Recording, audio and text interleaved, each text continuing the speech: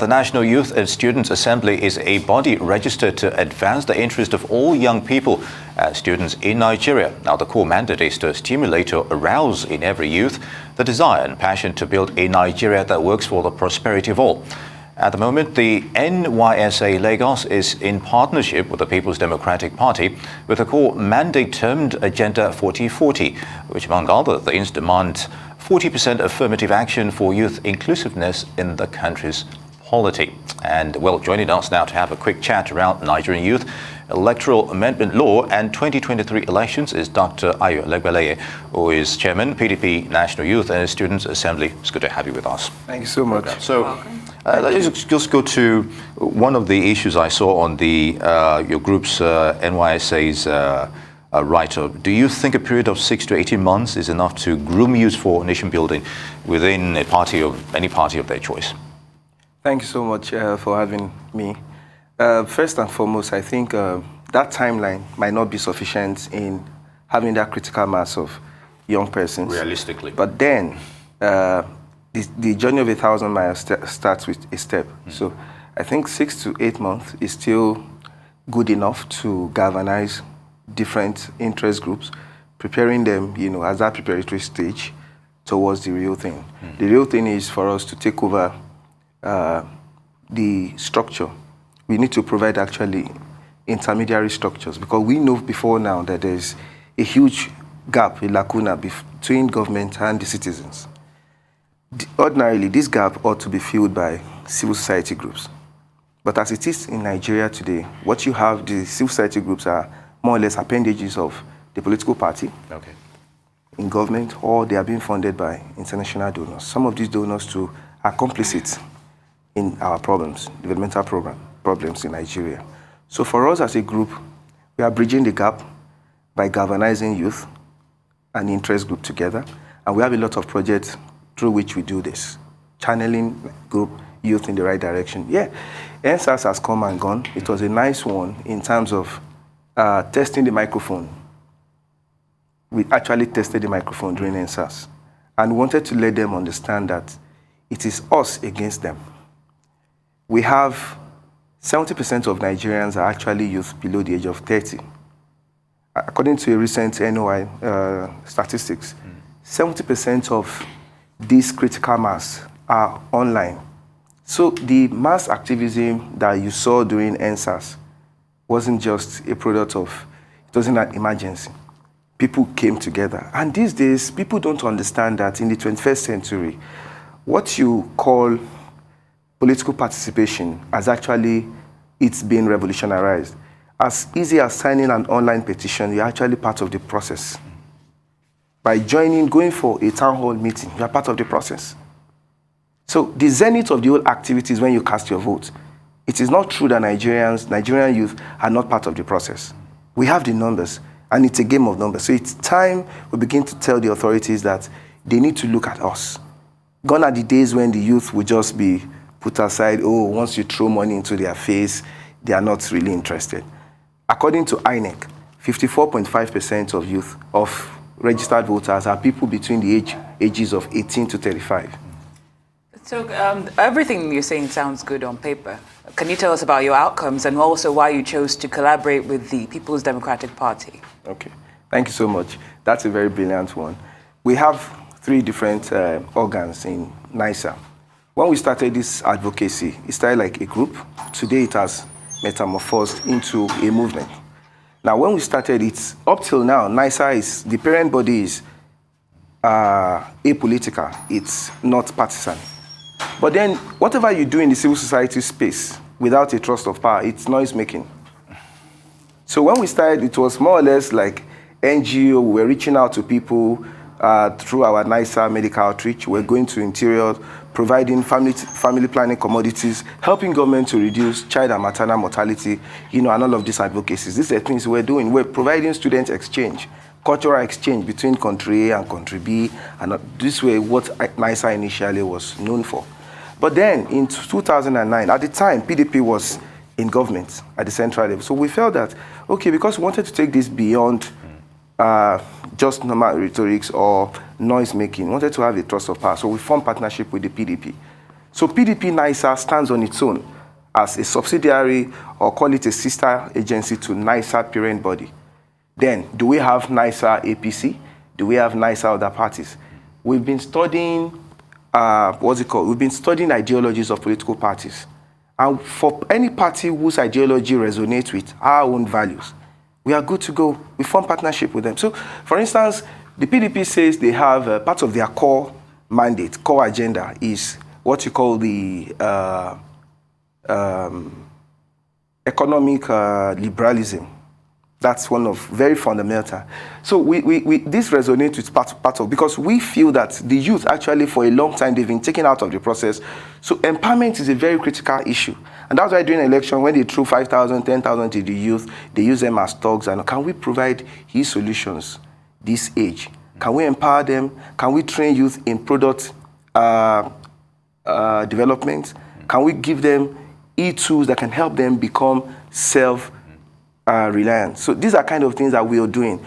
Another project that is very dear to us currently in NISA is, because like I said in my opening remark, it's a game of number. 70% of Nigerians are youth below 30 years.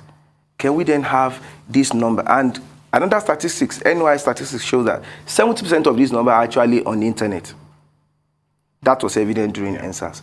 Can we then begin to leverage on this, our number, in bringing us into the political space? First, into the political party. Thank goodness that the Electoral Act has been signed into law, 2020. But then, are the youth taking advantage of this by coming into political parties to advance their goal? Not just only by becoming flag bearers of those parties. Can we come into this party structure? Yeah. Become part of the key stakeholders. There are 3 key stakeholders in every political party. The party administrators themselves, that is the party managers, the flag bearers, and the next, which is the most critical, which is the one that is very common, closest to the electorate, are the support groups. And that is where we come in. Because we are the ones that market the party to the electorate. All right, if I may come in.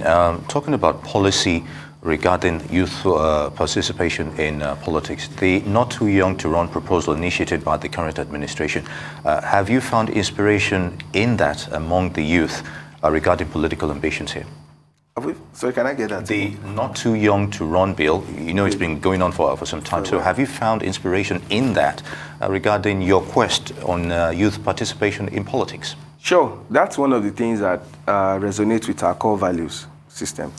For instance, when the old movement, when the Not Too Young, the hashtag was trending and all that, we were part of the advocacy that pushed that agenda. For instance, in the PDP, you notice then that we fielded the candidate in Lagos West Senatorial District. You know, that was very, very new. It was about the first time you're going to find somebody who was below 35 coming out for a senatorial district. Now, if you observe, in the last 10 years, it's becoming uncommon for you to see people that are above 55 years, you know, pasting posters they want to go for House of Assembly. People do not know that there are a lot of persons that are driving this process behind the wheels. That is where NYSA comes in. In the next 10 years, you will not find, it will be very uncommon for you to find people that are above 55 saying they want to vie for office, for Senate or for House of Rep. We are making incremental progress. What we are telling Nigerians is we do not want that kind of change because the system here, what we have here is systemic failure. We do not want that kind of change to be so violent that it will distort the equilibrium in the system, and what you have will be anarchy like we had in Lekki Tollgate. Speaking of Lekki Tollgate, this is more of it's a pretty jam-packed one, but I'm going to try to, go easy on you a bit. Bring them on. You mentioned NSAS. We saw that basically the youth were made to feel like they don't matter, more or less. And now we're at a point in Nigeria where we have overtaken the likes of Iraq and Syria, according to Jihad Analytics. And it's been revealed that now the country has the highest number of attacks by the Islamic States.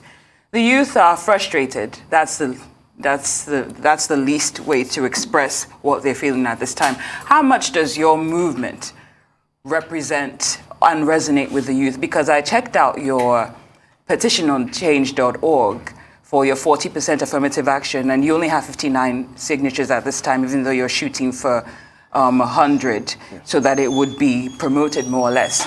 So why hasn't it resonated? Why don't you have the signatures that you need at this time, since it's been up for at least a month?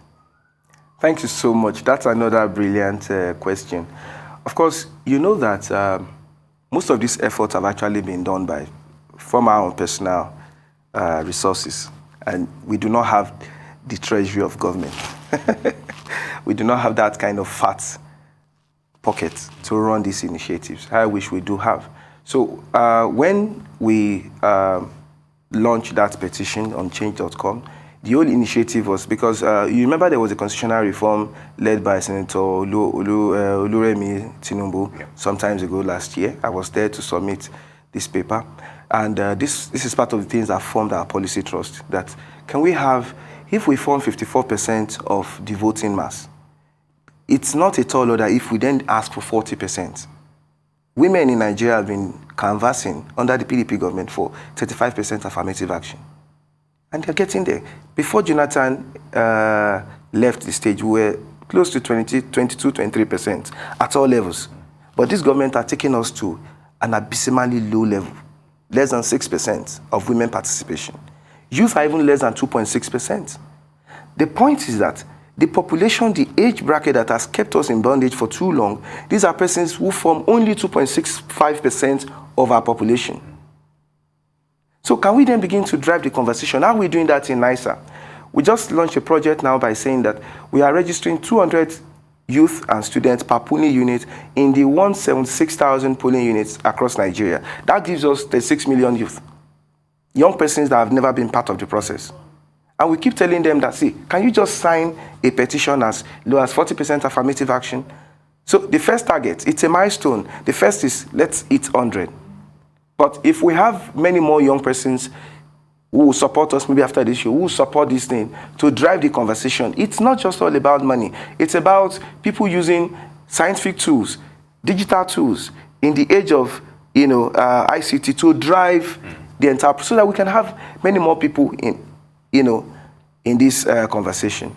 All right, if I may just quickly wrap up on this. Hopefully you can do this in 2 minutes. You find the children of the current political class occupying public office or running for such, and despite public grievances on the performance of the current political class of leaders. So what has changed? Earlier on you mentioned the possibility of trying to make inroads into the House of Legislation and what have you. But then again, you find governors who have done their terms, going back to become senators and what have you. So where are we? Will they allow that affirmative action as you've said?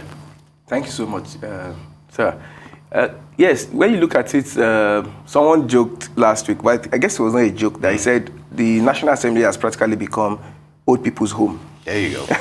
Septuagenarians taking over the space. So, but like I said, it's a game of number. Yeah. We need to, first and foremost, mobilize a lot of people. So what we are doing first, the first step is community organizing, community mobilization. The end goal is to fill up that space. Because as it is right now, we have more of the 2.6% people. And not for no reason. This is a mind game. They intentionally keep the masses, the critical mass of people, they give them the barest, less than the minimum they should have. Not for no reasons, because it's a game of, it's an art of war. When you remove supplies, you weaken your opponents. So as it is, not for no reason, they are doing that to actually keep a lot of people, to decimate our numbers, to keep us incapacitated. But we are prepared. We're going to do that. So we're going to launch on that. Then you mentioned the fact that you have the same set of people being recycled, their children coming into the space and all that. The first question is, their kids, do they have the capacity? Because they are also young people. We cannot deny them the right. If they have the capacity, let them bring them on board. Then later we'll reorientate them, reconscientize them that, okay, this is where we're coming from. And this is where they need to be a clear departure from where we want to go to. Very good. And on that note, Dr. Ayodele Elegbeyele, Chairman, PDP National Youths and Students Assembly, it's been an honor to have you, Thank you so share much. your thoughts on this very important topic.